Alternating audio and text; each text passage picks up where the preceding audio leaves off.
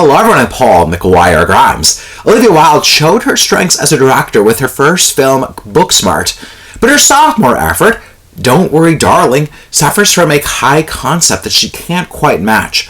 It's in theaters and I want to talk about it. This is Paul's trip to the movies.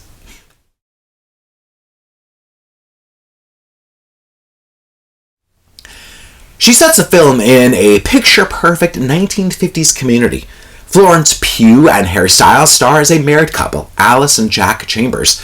They live in a cul-de-sac neighborhood where all the men work for the same company, all leaving their driveways at the same time as they head out to work.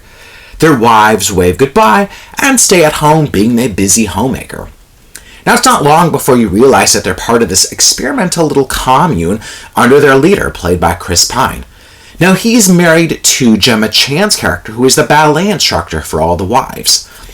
Now, Alice becomes suspicious that something is seriously wrong when one of the other wives seems to be under a trance. Alice sets out to uncover all of the disturbing secrets that are being kept from the members of this community.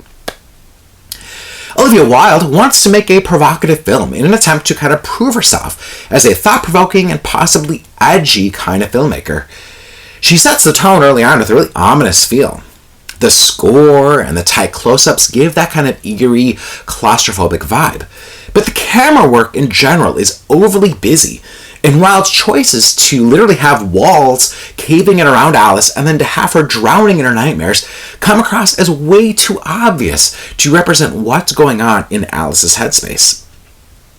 Now, Olivia Wilde has a really good cast making up this community. Florence Pugh and Harry Styles make for a really believable, young, hot couple. They look successful, they have it all, they're partygoers, they have an active sex life. And you can't take your eyes off Florence Pugh. I mean, with every movie that she does, from Midsommar to Little Women to Black Widow, she's magnetic to the camera and really commands every scene. The whole film is centered around her mental unrest, and yet she's acting leaps and bounds above everyone else. And that's not to say that the rest of the cast is bad, it's just that they're not given the same material.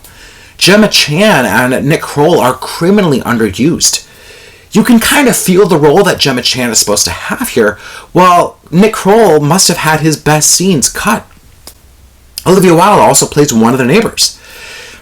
Now, there's lots of buzz regarding having Harry Styles in this film as Alice's husband. He's got the looks, he keeps his British accent, but he's missing the extra layers with this character. His work is so small and subtle next to Florence Pugh that it's just not matching what she's doing. It feels like Olivia Wilde is going for kind of an elevated horror here, recalling films like Suspiria, Black Swan, or even wanting a Jordan Peele type of film. Nothing is fleshed out enough, though, to make this a fully realized world. It comes with that kind of final act twist, really wanting to shake up what we think to be true. And it's something that they're hinting at a little too strongly, but ultimately she leaves up to the audience to really put all the pieces together by the end.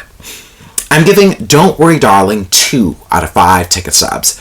If you like my review today, click subscribe on my YouTube channel. I got some other movie reviews, as well as my appearances on Twin Cities Live. Don't forget to follow me on Instagram, Twitter, and TikTok at Paul's Movie Trip.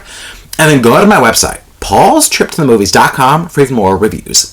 Thank you so much for watching my review of Don't Worry Darling. This is Paul's Trip to the Movies.